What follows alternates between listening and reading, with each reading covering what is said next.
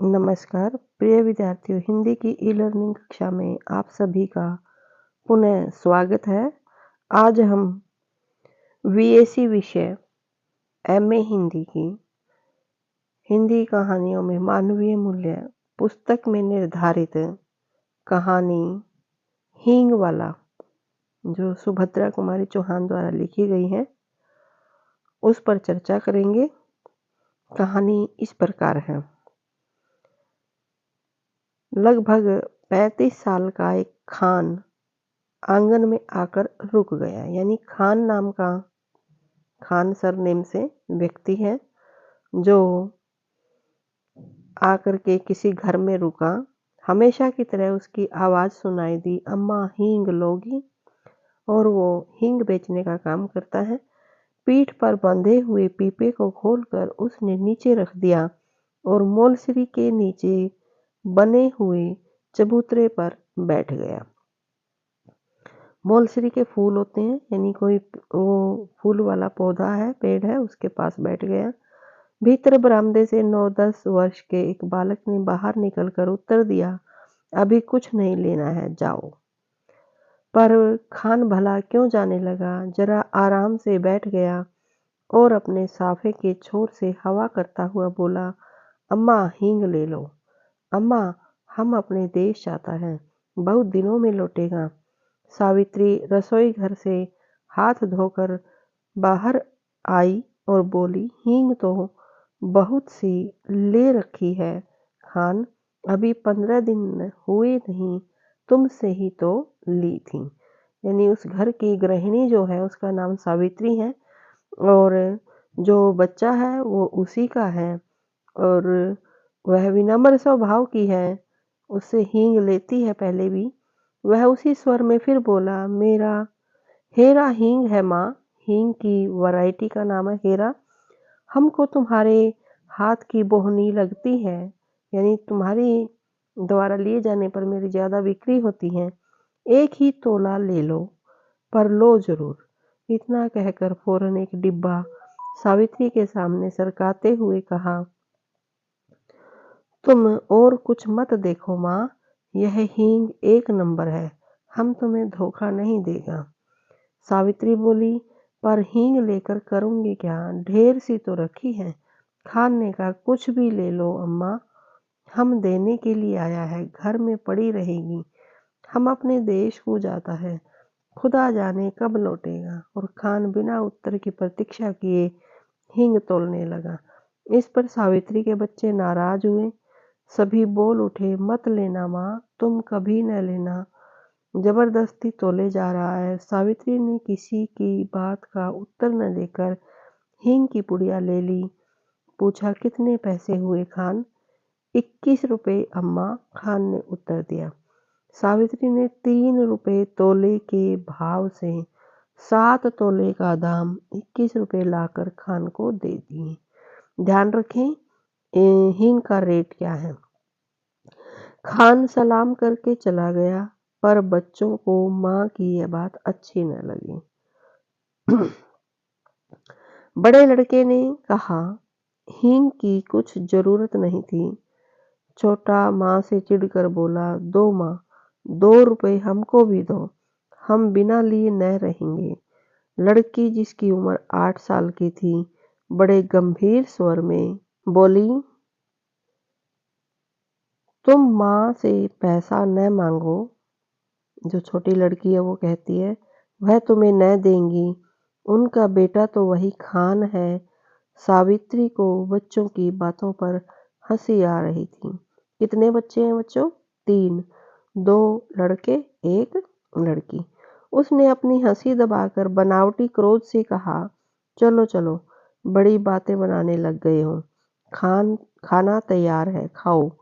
कई महीने बीत गए, सावित्री की सब हींग खत्म हो गई।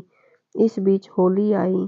होली के अवसर पर शहर में खासी मारपीट हो गई थी। सावित्री कभी कभी सोचती, हींग वाला खान तो नहीं मार डाला गया।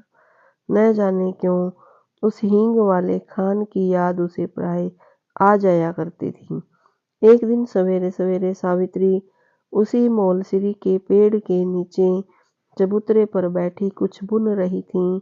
उसने सुना उसके पति किसी से कड़े स्वर में कह रहे हैं, क्या काम है? भीतर मत जाओ, यहाँ आओ। उत्तर मिला, हींग है हेरा हींग। और खान तब तक आंगन में सावित्री के सामने पहुंच चुका था। खान को देखते ही सावित्री ने कहा, बहुत दिनों में आए खान, हींग तो कब की खत्म हो गई।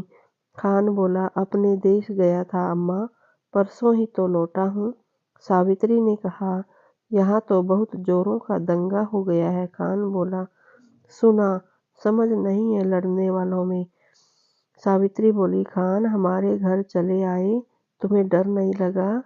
दोनों कानों पर हाथ रखते हुए खान बोला, ऐसी बात मत करो अम्मा, बेटे को भी क्या माँ से डर हुआ है जो मुझे होता। और इसके बाद ही उसने अपना डिब्बा खोला और एक छटाक हींग तोलकर सावित्री को दे दी। रेजगारी दोनों में से किसी के पास नहीं थी। खान ने कहा कि वह पैसा फिर आकर ले जाएगा। सावित्री को सलाम करके वह चला गया। इस बार लोग दशहरा दूने उत्साह के साथ मनाने की तैयारी में थे। 4 बजे शाम को माँ काली का जुलूस निकलने वाला था। पुलिस का काफी प्रबंध था।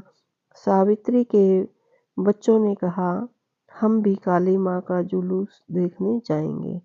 सावित्री के पति शहर से बाहर गए थे। उसने बच्चों को न जाने कितने प्रलोभन दिए, पर बच्चे न माने सो न माने। नौकर रामू भी जुलूस देखने को बहुत उत्सुक हो रहा था। उसने कहा, भेज दो न माँ जी, मैं अभी दिखाकर लिए आता हूँ। लाचार होकर सावित्री को जुलूस देखने के लिए बच्चों को बाहर भेजना पड़ा। उसने बार बार रामू को ताकीद दी कि दिन रहते ही वह बच्चों को लेकर लौट आए, यानी उसे समझाया। बच्चों को भेजने के साथ ही सावित्री लौटने की प्रतीक्षा करने लगी। देखते ही देखते दिन ढल चला, अंधेरा भी बढ़ने लगा, पर बच्चे न लौटे। अब सावित्री को न भीतर चैन था न बाहर। सावित्री की स्थिति मानो ऐसी हो गई थी जैसे अब पछताए हो क्या जब चिड़िया चुग गई खेत। इतने में उसे कुछ आदमी सड़क पर भागते जान पड़े। वह दौड़कर बाहर आई, पूछा, ऐसे भागे क्यों जा रहे हो? जुलूस तो निकल गया न? एक आदमी बोला, दंगा हो गया जी, भारी दंगा। सावित्री के हाथ पैर ठंडे पड़ गए। तभी कुछ लोग तेजी से आते हुए दिखे। सावित्री ने उन्हें भी रोका। उन्होंने भी कहा, दंगा हो गया है, अब सावित्री क्या करे? उन्हीं में से एक से कहा, भाई तुम मेरे बच्चों की खबर ला दो। 2 लड़के हैं, 1 लड़की, मैं तुम्हें मुंह मांगा इनाम दूंगी। एक देहाती ने जवाब दिया, क्या हम तुम्हारे बच्चों को पहचानते हैं माँ जी? यह कहकर वह चला गया। सावित्री सोचने लगी, सच तो है, इतनी भीड़ में भला कोई मेरे बच्चों को खोजे भी कैसे? पर अब वह भी करे तो क्या करे? उसे रह रहकर अपने पर क्रोध आ रहा था। आखिर उसने बच्चों को भेजा ही क्यों? वे तो बच्चे ठहरे, जिद तो करते ही हैं, पर भेजना उसके हाथ की बात थी। सावित्री पागल सी हो गई, मानो उसके प्राण मुरझा गए। बच्चों की मंगल कामना के लिए उसने सभी देवी देवता मना डाले। शोरगुल बढ़कर शांत हो गया। रात के साथ साथ नीरवता बढ़ चली, पर उसके बच्चे लौटकर न आए। सावित्री हताश हो गई और फूट फूट कर रोने लगी। उसी समय उसे वही चिर परिचित स्वर सुनाई पड़ा, अम्मा। सावित्री दौड़कर बाहर आई। उसने देखा उसके तीनों बच्चे खान के साथ सकुशल लौट आए हैं। खान ने सावित्री को देखते ही कहा, वक्त अच्छा नहीं है अम्मा, बच्चों को ऐसी भीड़ भाड़ में बाहर न भेजा करो। बच्चे दौड़कर माँ से लिपट गए और उन्होंने एक साथ कहा, खान बहुत अच्छा है माँ, उसने हमें बचाया।